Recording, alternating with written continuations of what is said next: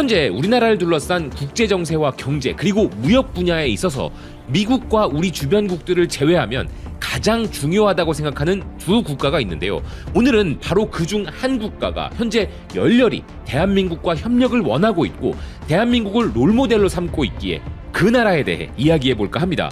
이 국가는 대한민국 영토의 무려 9배의 크기를 가진 나라이고 인구는 우리 2배가 넘는 약 1억 3천만 명으로 우리의 14번째 수출 대상국이며 국제통화기금 IMF 기준 세계 GDP 순위에서 12위, 세계은행 기준으로는 14위에 오른 국가로서 통계에 따라 경제 규모에서 우리보다 약간 떨어지기도 하고 분야에 따라서는 대등하기도 한 나라인데요.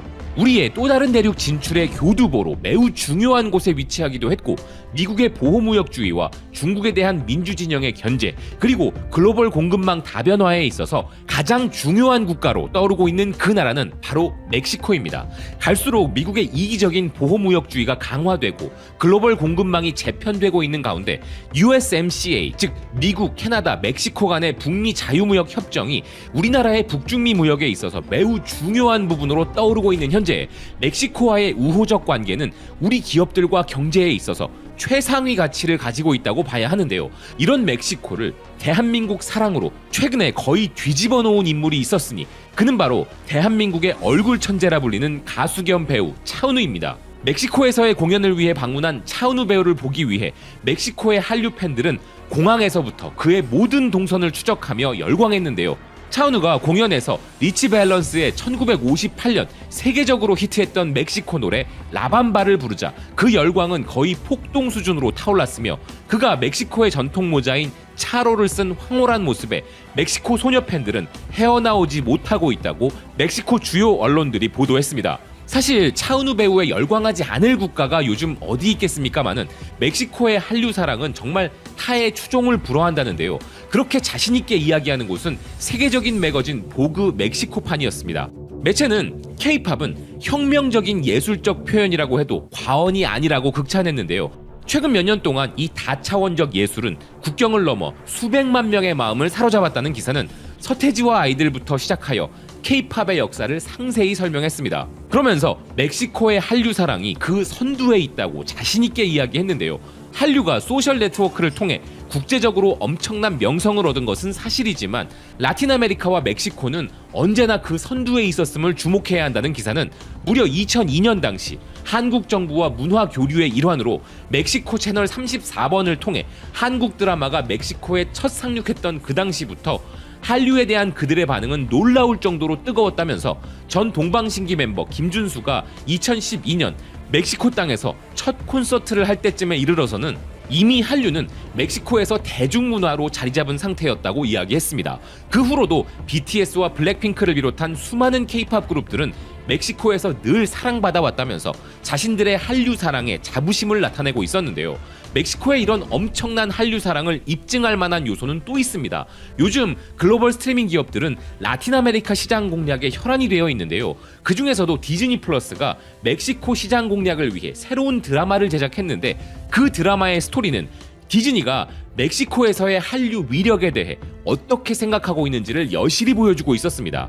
엘팝이라는 제목의 이 드라마는 K-팝 스타가 되겠다는 꿈을 안고 자신의 꿈을 위해 다가가는 20세 소녀의 이야기였던 것인데요. 이 드라마에 대한 소식을 전하는 멕시코의 주요 일간지 라조는 최근 몇 년간 K-팝은 BTS를 추종하는 아미와 같은 팬덤을 전 세계적으로 형성하여 큰 영향을 미쳤고 이제 그 한류 팬들은 한국 드라마도 보고 한국어 수업도 듣고 이 세계적 현상이 시작된 나라인 한국으로의 여행을 떠나는 꿈도 꾸고 있는데 여기에는 라틴 아메리카 대륙도 예외는 아니었다면서 지난해에도 멕시코의 가장 중요한 문화 행사인 세르반티노 국제 페스티벌에는 K-팝 아티스트들이 특별 게스트로 초대되었고 그들은 멕시코에서 한국 문화의 최고점을 선보인 바 있다 소개했습니다. 그러면서 이런 K-팝과 한류의 위력이 엘팝이라는 드라마로 이어졌다는 기사는 이 드라마는 K-팝 팬이자 스타가 되고 싶어하는 소녀들이 K-팝 댄스 커버 그룹을 만들어 도전하는 이야기라면서 주연 배우 중 한 명인 안드레아 데 알바와의 인터뷰를 전하고 있었는데요. 이 드라마는 K-팝과 한국 문화가 라틴 아메리카에서 어떻게 더 많은 입지를 확보했는지에 대해 보여주었다는 그녀는 얼마 전 블랙핑크의 멕시코 시티 콘서트는 멕시코 기준으로는 엄청난 가격인 1,000페소였음에도 완전히 매진된 바 있었다면서 멕시코에서 한류의 위력에 대해 이렇게 말했습니다. 한국 문화에 대한 사랑의 물결은 몇 년 전만 해도 볼 수 없었지만 이제 한국 문화에 대한 사랑에는 더 이상 나이도 없고 문화적 장벽도 없으며 집에 있는 막내 동생부터 할머니 할아버지까지 K-팝과 한국 문화를 알아가며 좋아하고 있다. 이에 대한 이야기를 온 가족들과 함께 나눈다. 한류는 국경은 물론 인종과 세대를 모두 뛰어넘는다. 또한 자신이 연기를 함에 있어서도 그녀 자신이 이미 K-팝 팬이기에 캐릭터를 구축하는 데 많은 공감을 할 수 있었다면서 한류 팬으로서의 자부심과 자신감을 드러내기도 했는데요. 그리고 멕시코에서 한류는 본격적으로 파괴적인 위력을 만들어가고 있습니다. 다름 아닌 한류 3.0으로의 진화가 시작되었다는 것인데요. 멕시코의 신문, TV, 라디오, 온라인 매체를 운영하는 대표적인 미디어 그룹은 K-팝과 한국 드라마가 한국 문화의 대중화에 기여해 왔다면서 멕시코에서 한류의 진화가 시작되고 있음을 알렸습니다. 멕시코의 한류 팬들은 멕시코에서 직접 구할 수 없는 한류 상품을 한국의 팬들에게 부탁하여 구매 대행을 할 정도로 한류의 열풍은 실로 놀랍다는 기사는 한류는 한국의 화장품과 소비재의 판매를 놀라울 정도로 촉진시키고 있으며 이제 한류는 멕시코의 중요한 문화적, 사회적, 경제적 현상으로 이어지면서 사람들이 한국의 여행지들과 한국의 스타일은 물론 한국의 전통과 역사에까지 관심을 갖게 만드는 한류 3.0이 멕시코에서 시작되고 있다 평가했는데요. 이렇게 멕시코 주요 매체들은 한류가 그들의 대중문화가 되어버렸다고 평가하고 있는 한편 멕시코의 한류 팬들 사이에서는 한국에 가지 않고도 멕시코 안에서 즐길 수 있는 한류 투어도 존재한다는 이야기도 나오고 있었습니다. 멕시코시티의 인기 매체 칠랑고는 K-팝 루트를 따라 한류를 체험해보라 이야기했는데요. 기사는 한류의 물결을 멕시코시티에서도 경험할 수 있다는 것이었습니다. 우선 그 첫 번째 코스는 1968년 한국 정부가 멕시코에 선물한 한국 독립이 서명된 탑의 복제본을 볼 수 있는 차풀테펙에 위치한 한국관이라는 것이었는데요.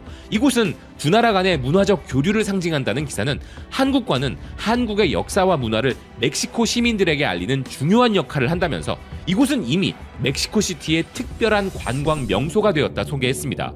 두 번째 코스는 멕시코 한국문화원이었는데요. 그곳에서는 한국과 관련한 전시회를 관람하거나 한국 요리 워크숍에 참가할 수도 있다는 기사는 그곳은 멕시코시티의 코리안타운으로 연결된다면서 코리안타운에서는 K-드라마에 나온 것 같은 편의점에서 라면과 스낵을 먹고 한국 식당과 한국 카페, 한국 음반 매장, 한국 슈퍼마켓을 만날 수 있다는 것이었습니다.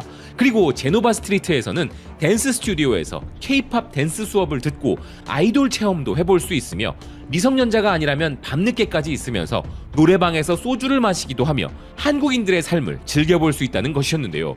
그리고 이 한류 투어에서 빠질 수 없는 아주 중요한 장소에 대해 보도한 곳은 멕시코의 주요 일간지 에랄도 데 멕시코인데요. 한국 문화를 사랑하고 한국을 방문하는 것이 꿈인 사람이라면 이 아름다운 나라에 대한 작은 체험을 할 수 있는 차풀테펙 숲속에 숨겨진 장소를 꼭 방문해보라면서 앞서 다른 매체가 설명한 한국관에 대한 자세한 설명을 했습니다. 매체는 그 장소가 정자라는 건축물과 한국식 정원으로 꾸며진 곳이라 소개했는데요. 한국정이라는 정자는 우리나라가 멕시코 올림픽을 기념하여 선물한 것으로 멕시코에겐 큰 의미가 있다는 기사는 이제 이곳은 한류를 간접적으로 체험할 수 있는 공간이 되었다는 것이었습니다. 또 다른 매체 넷 노티시아스가 강조하고 있듯이 이제 한류는 멕시코의 젊은이들에게 스타일과 취향으로 자리 잡아가고 있는데요. 그러다 보니 멕시코의 한류 팬들이 너도 나도 배우고자 하는 것이 있습니다. 그것은 바로 한국어죠.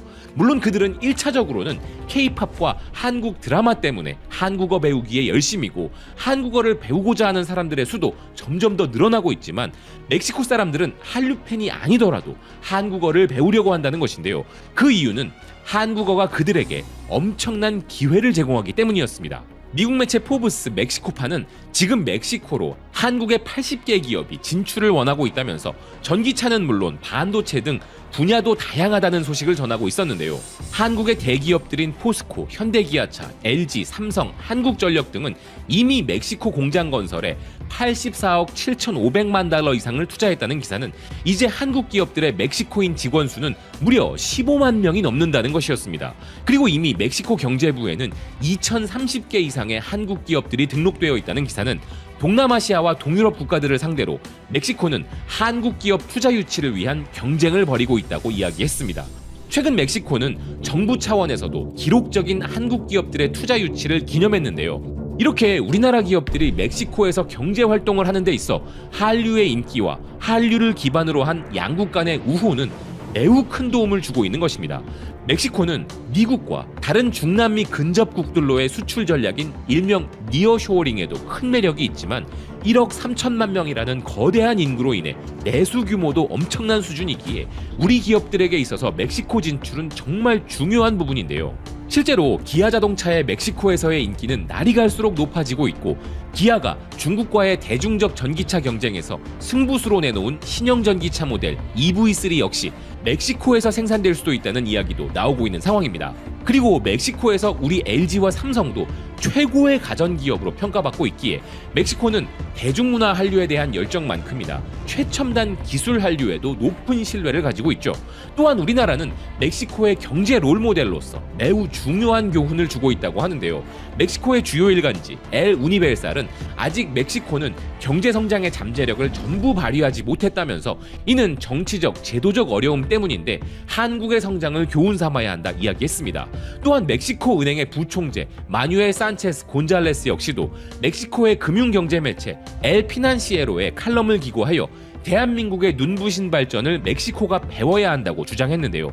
필자는 한국은 경제 발전을 가속화시킨 가장 주목할 만한 현대 사례라면서 1960년대부터 2022년까지 한국의 1인당 GDP는 실질 기준으로 32.7배가 증가했고, 가난한 농업 국가에서 높은 산업화 국가로 발전한 이 나라는 현재 이탈리아나 영국과 비슷한 수준으로 성장했다고 이야기했습니다. 그러면서 한국은 멕시코가 얻을 수 있는 중요한 교훈들을 제공한다 이야기했는데요. 그런데 저는 이런 멕시코와 우리나라의 관계에서 얼핏 기시감이 느껴졌습니다. 그것은 마치 경제 발전을 거듭하던 우리나라와 우리나라에 자본을 투자하던 미국의 관계와 유사한 점이 많다는 생각이 든 것인데요.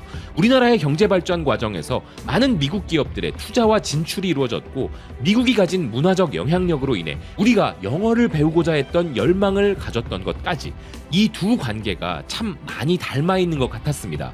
아무것도 남은 것이 없어서 끝이라는 평가를 받으며 폐허에서 시작한 우리나라가 이제는 문화, 경제, 산업에 강한 힘을 가지게 되어 다른 나라에 영향력을 끼치게 된 현재 상황. 미국과 우리와 멕시코의 관계의 유사성을 통해 우리나라가 그간 얼마나 기적적으로 성장하고 발전해 왔는지 체감할 수 있는 것 같습니다. 시청해주셔서 고맙습니다. 또 뵙겠습니다.